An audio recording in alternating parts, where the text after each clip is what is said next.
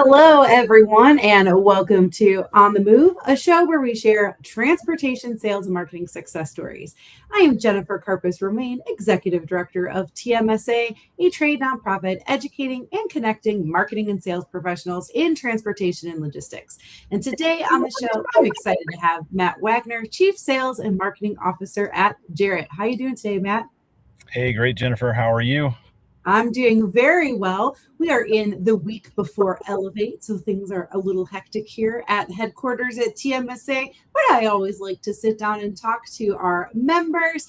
And you're actually speaking on stage this year at Elevate, so we have so much to talk about. But for those of people who might not know Jarrett or know your role and career at Jarrett, can you tell us a little bit more about the company and how you got to the Chief Sales and Marketing Officer spot? Yeah, absolutely. Well, first of all, thank you for having me here today. Really appreciate the opportunity and super excited for Elevate next week in Denver. So look forward to seeing you in person out there. But yeah, a little bit more about myself and about Jarrett. Absolutely happy to kind of talk a little bit more about it. Things today, the way that we describe Jarrett, are very different than what they were when I started. I started at Jarrett back in 2007, and we've really been on a journey over the course of that time, and even here now as far as we talk about positioning. But a little more about Jarrett in general. We are a family-owned supply chain solutions provider. We're based in Orrville, Ohio. It's in Northeast Ohio, about 45 minutes south of Cleveland. We were founded back in 1999. So this year we've celebrated our 27th year in business, which is very exciting. For a lot of that history, we operated more as a 3PL, providing supply chain solutions for customers all over North America. But over the last several years, we've been making more of what deliberate transition and acting more as a 4PL. And we've been working recently as far as positioning and things that way, which that matters a lot. A 3PL, obviously, everybody knows that a 3PL executes freight. But a 4PL designs, integrates, and operates the end-to-end supply chain network. And so what we've built at Jarrett is a model that we sit above the complexity of a client's transportation and supply chain environment. We orchestrate all of those things through one centralized control tower. That's the Jarrett Routing Center that's here in Ohio. So we provide them one team, one platform, one set of KPIs that are built around what they actually care about specifically to them. And we integrate that with our technology, our proprietary TMS. We've got an integration layer that connect with any of the systems that a client already has, whether it's an ERP, a WMS, or an existing TMS. And we don't have that rip and replace environment that they have to go through. So that's big for enterprise shippers. We also have over 1 million square feet of warehouse space between Ohio, Pennsylvania, and Utah. So that helps us provide coverage all over the U.S. from East Coast to West Coast. And we work with a lot of different industries and verticals across the board. So manufacturers, distributors, retailers. We do a lot in the CPG and retail space with food and beverage, chemicals, industrial manufacturing, automotive, aerospace, and defense. Really, anybody with a complex supply chain is where we're able to provide a lot of value. So my role as a chief sales and marketing officer is really to own like how we tell the story, how we build the brand, how we structure the sales organization. And really the most important part of that process is making sure that what we promise in our sales and marketing efforts actually match what a customer experience when they start doing business with us. Awesome. And we're so excited to have you speaking at Elevate next week. So you're speaking with Mark Gordon, your COO, and your session together is called Beyond the Lost: How Cargo Theft Impacts Brand Trust, Customer Experience, and Revenue. So why did you feel like that was the right topic for you guys to talk about right now? It's kind of one of those topics that we're really digging into, but everyone's talking about it. It's a really big problem within our industry. And the more you think about it, like if you go to industry events, cargo theft comes up. It's probably been the hottest topic in truckload the last several years. And the room and the topic always goes to prevention. And so carrier vetting, GPS tracking, all the security protocols, insurance coverages, all of that stuff is super important. So don't get me wrong, but the conversation almost never gets to the part where we actually thinking about keeping sales and marketing leaders, what's keeping us up at night. which is like what happens to the customer relationship when stuff like this happens. And so here's the reality, like cargo theft is at record levels, like it's continuing to increase. I think the average stolen load right now is approaching $200,000, which is up significantly. Um, the advanced, processes, how that stuff happens is, continuing to evolve. And so those are all things that we've got to get our arms around. And, because some of those things that don't necessarily show up on kind of the loss report, those are things that we're going to be talking about next week. And so I thought this topic was going to be right because, like, sales and marketing professionals are typically some of the folks that may not necessarily be the first to know when some of these things happen, but they really need to be involved in this so that we can make sure that we get any gaps closed, to make sure that things are communicated well to the customer and that they're taken care of. And then we can look at how can we reduce and minimize the impact, not only immediately in the situation, but also long term over anything that occurs going forward with relationships. Mhm. I agree. It's really important. I think a lot of times, and that's why I think TMSA exists too, because we do focus on those sales and marketing roles. And sales and marketing people are the ones who are responsible for getting your messaging out, for being in charge of your brand, for creating that trust. But they're often like like you said, like the last ones to kind of be told about what's going on, but they're the ones responsible for putting the information out. And so we have to think of things through a lens, and there needs to be a space to have those conversations because, as you said, at all the other shows, we are talking about it as like the actual operational side of things. And so at TMSA, that's one of the things we try to do is take these huge topics that are going on in the industry, but put that sales and marketing lens on it to make these big topics applicable for the people who are in our realm. And cargo theft is then, treated as an operation or claims issue. Your session then really does look at it in that lens of building trust and communication and customer loyalty and what you can do. So without kind of giving away your session, what are some of the key things that you'll be hitting on during that? Well, like I think one of the first things that we need to understand is just that, stepping back when things like this happen is probably the wrong instinct. And in some cases, it's a lot of folks' default. The thinking may be, well, hey, this is an operations problem or a claims issue. I really should kind of back out, let them do their thing. I don't know what's going on. I don't have all the answers. And you know what? I mean, I think that makes sense. But nobody wants to be in front of a customer when they're still piecing everything together as far as what happens. But, what the actual customer is experiencing when that happens is they feel abandoned. And so the person that just fought for their business, that built the relationship over years of touch points, when they go quiet, that's really like the first human that they actually hear from, maybe a claims rep. And sometimes that language, sometimes those messages aren't necessarily delivered in the best manner. And so you just want to make sure that there is a person behind the message. And, I heard a version of the story, like there was a company that handled an incident operationally about as well as you could. And the claim was filed fast. Everything was recovered, and like the solution or the resolution was pretty solid. But like I'm going to an event, and one of the guys that I was talking about, I'll see him later this afternoon. But they told me like about 3 months later, the account went away. Nobody understood why.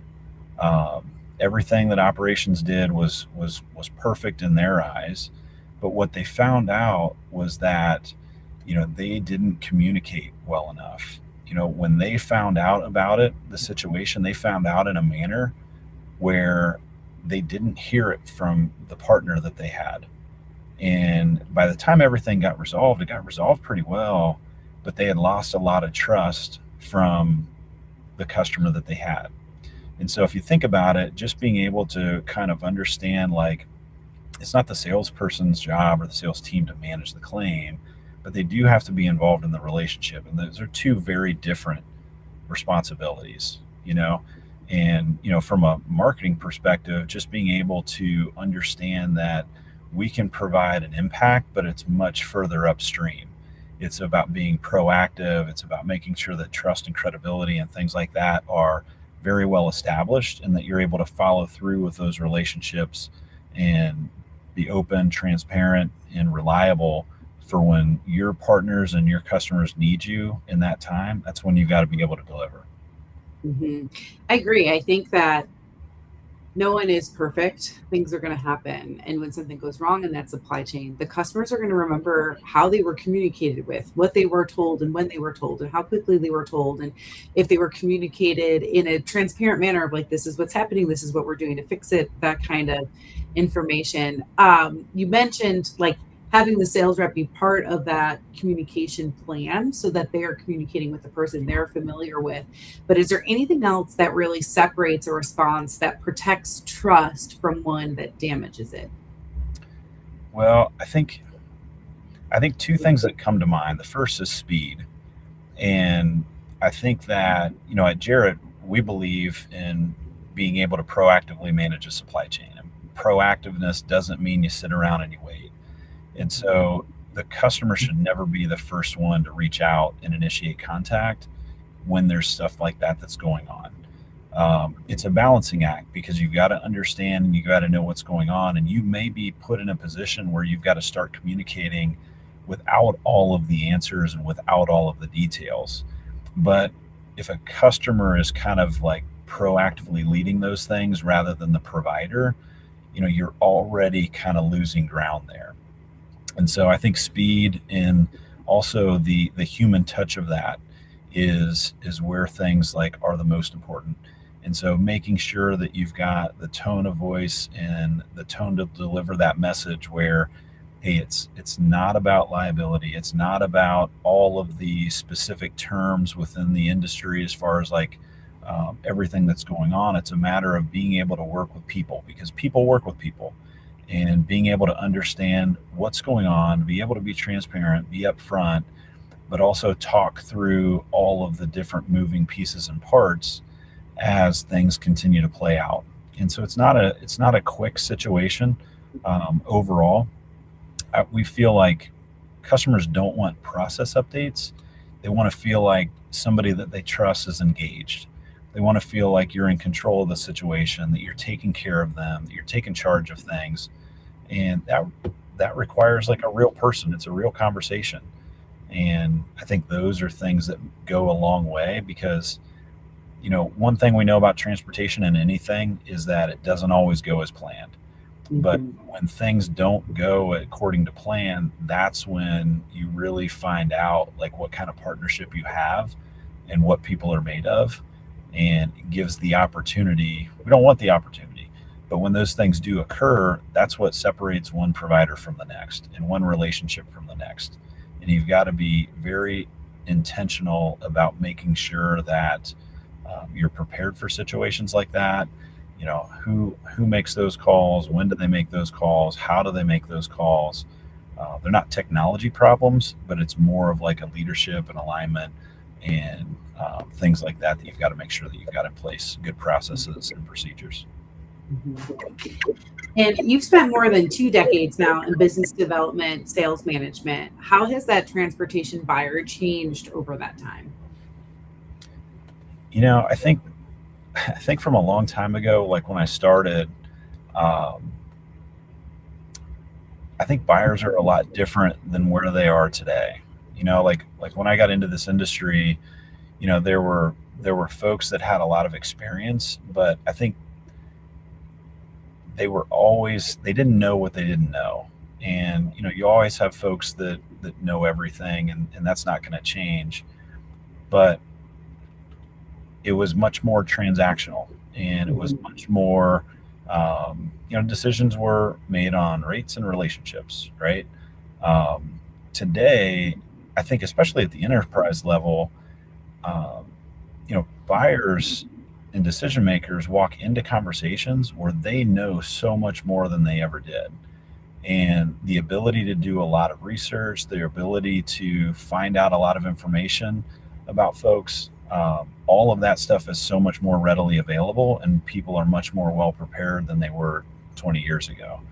And so they're not necessarily just asking, can you move my freight? What's your cost? But they're looking for more of like that partner that can help their business get better over time, that can be for them to support them like when things don't go as they should. And so, I think those are big things overall that, people are looking for. It's that partner. It's that the people that can execute in times of chaos, and that actually be able to come back and provide a lot of value to them. And so that's why that shift of like a big part of why like 4PL models. Uh, sorry, I've got a truck coming through here. It's okay. We are on the move. All right. On the move. But Matt he's parked. He's not driving and talking to us. Correct. Safety first, fellas. Safety. So in today's market, then, so it's more about relationships over that transaction. Is there something that you think the customers are asking for the most right now from their logistics partners in those relationships? Like, is it transparency? Is it pricing? Is it just we trust that you're doing the best that we can? Is it proactive communications of being like, oh, hey, we think that we could meet you here and do this kind of work? What do you think about those relationships are most important right now? I think what I hear the most from folks that, as we're looking at, trying to establish new relationships and new business, I don't hear, what I hear the most is like, we need somebody that is helping manage our business, not just executing things. What they mean by that is like executing just means like booking freight, moving freight. But what I've heard people refer to as management is basically when folks have more context, more visibility, and more perspective over the entire supply chain and the entire business.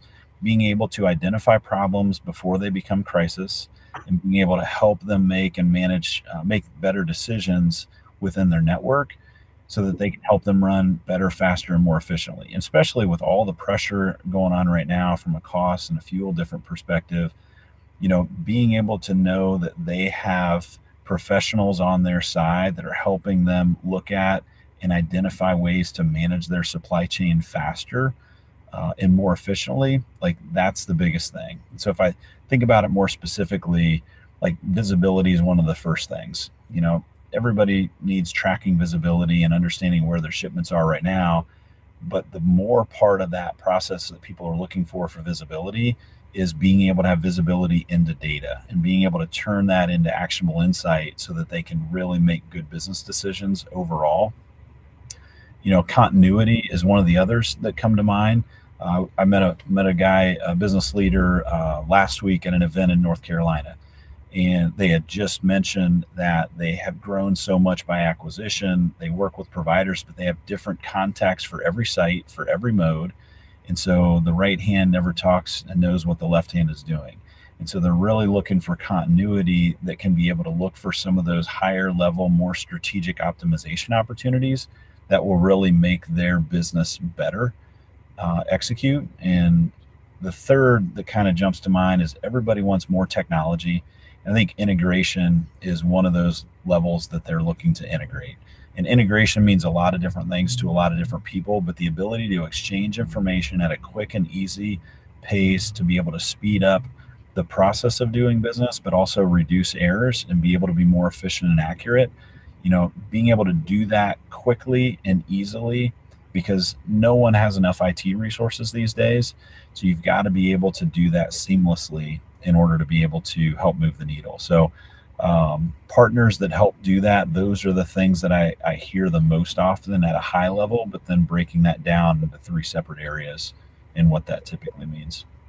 Yeah, it sounds like they're looking for a true partner that they can trust. Like, it's a chaotic time, so the more that they can know that they can trust their partner and what the information they're getting is true, accurate, up to date, and is ebb and flowing with everything that's going on in the market right now, I think that's a huge impact for them so that they can focus on what they need to do.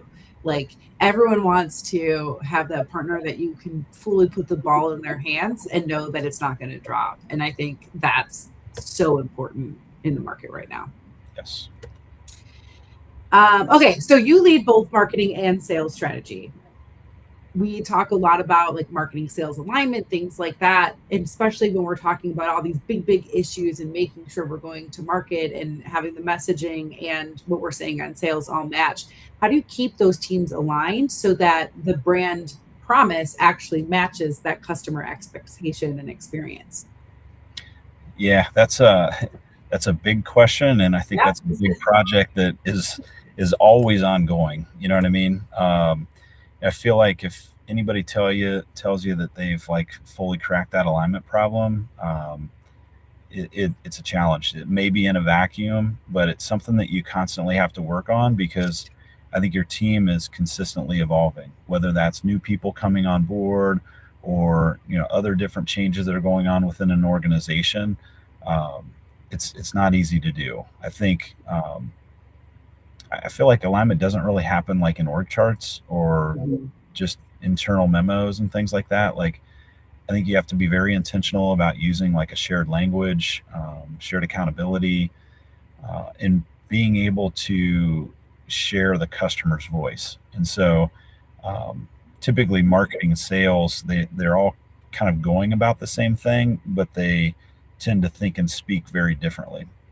And so, the more that we can do in order to be able to kind of get both teams together and hear each other's different perspective, it was I think that's what helps. We just had a corporate sales meeting in May, and we got everyone together. And one of the things that we did was like a cohort session. We just kind of refer to it that way. And the intent is every individual, is able to bring some sort of a challenge or something that is an opportunity for them and share that. And so this year we did it a little bit differently, and we incorporated our marketing and our sales operations team into that, and they kind of spoke collectively as a group.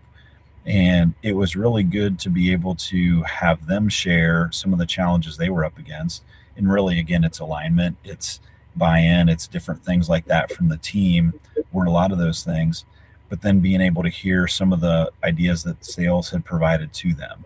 And it uncovered some different things that we can work on, but it was just an opportunity to be open and upfront, in which was very positive. And on the flip side, our marketing and our sales ops folks, they may not be out selling deals, but they came up with some of the most creative ways to help them get over some of their challenges. And so it was a really good and constructive piece on our side that was very positive. And so just keeping the teams interacting together on a consistent basis on the challenges that are up to, restating how everybody's working towards the same common goals. I mean, those are all the things that we're trying to do, but it's a process. It's not easy. Yeah, it's not. And I would say it's almost similar to what we're talking about with your customer too, like creating that transparency, creating that trust, understanding what each side is doing, like especially in this then internal side, your sales doesn't need to be a marketer, your marketer doesn't need to be a sales, but they need to understand that both sides bring value, and that transparency and working together is what's going to bring that biggest output. And I think that, like, yes, you can't just send a memo, you can't just do a monthly meeting and expect these people to collaborate and work together. It takes work, and putting them in the same room and having them, do that like thought-provoking and engaging activities together, and seeing how those different perspectives can actually mold together for the best output and not kind of friction points between each other. So I think that's great. Yep. And that's taking us kind of full circle back to when we were talking about you speaking at Elevate, and we've talked about this the shifting of the buyer in the market. We've talked about the importance of sales and marketing alignment. Thinking about your session next week at Elevate, I'm curious if there's one mindset shift that you hope attendees will take back to their teams after hearing your session on cargo theft relating to sales and marketing teams and messaging and brand and trust. Yeah, I think probably one of the shifts that Mark and I had talked about as we we're kind of getting this ready is just the way of thinking that cargo theft is not necessarily someone else's problem to own. It's more of a shared responsibility throughout the organization. And, I think from our understanding, just with networking with others in the space, I think a lot of this stuff lives more in a clearly defined box. And, sales and marketing doesn't always necessarily fit inside that box. But if we leverage the resources, the relationships, and the expertise that we have, I think together we can all accomplish more. And the customer is the beneficiary of that. If all hands are on deck and we're working through that, it's a mindset shift as far as who's managing those client relationships. But those are things that I think are going to pay off. And really, I think the TMSA audience, I've been a member now for going on maybe 8 or 9 years as far as from exposure. And what I love about this group is that everybody's willing to help everybody. And it's truly a close-knit organization. We have a lot of folks at Jarrett that have been able to be part of it over the years. And I'm really excited about being able to kind of get back out to Elevate here next week and be able to see everybody. But this is something that is going to be much more beyond this discussion. It's a discussion that's going to continue to go and evolve, and just being able to kind of give some folks some opportunities to talk about it and think about it in a new way and what they can take back to their organization. They may have a lot of different takeaways, but I think it's going to be a really good discussion next week, and we're looking forward to it. Yep, me too. And that's June 7th through 9th in Denver. You can still scan to learn more up here. We still have registrations coming in every day. Lots of last minute decisions in this market as we talk about all the chaos, but excited to have you and Mark come speak, and the whole Jarrett team coming. There's quite a few of you coming this year, which is exciting. One last question for you that I ask everybody who comes on the show. And if you could go back in time and advise your younger self anything, and it could be personally or professionally, when would you go back to and what would you say? So I hadn't thought about when. I guess I was talking to a group of folks at Kent State University here recently, and kind of was asked similar question. And I'm not necessarily going back to my college days, but I feel like this is one of those pieces of advice that can be really represented at any time. But my thing is just be open-minded, and just be genuinely comfortable with being uncomfortable. And what I mean by that is, I think that's really how I got into logistics. I didn't know anything about logistics. I couldn't spell it, let alone try and talk about it and sell it. But I had the opportunity to get into this industry in 2007 and didn't know anything about what I was doing, but I had great people around me at Jarrett that were great operators.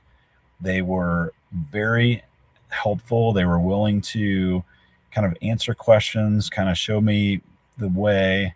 And what I've found out is that it's addictive. I know there's supply chain majors and all of that stuff now, so you can intentionally get into this field.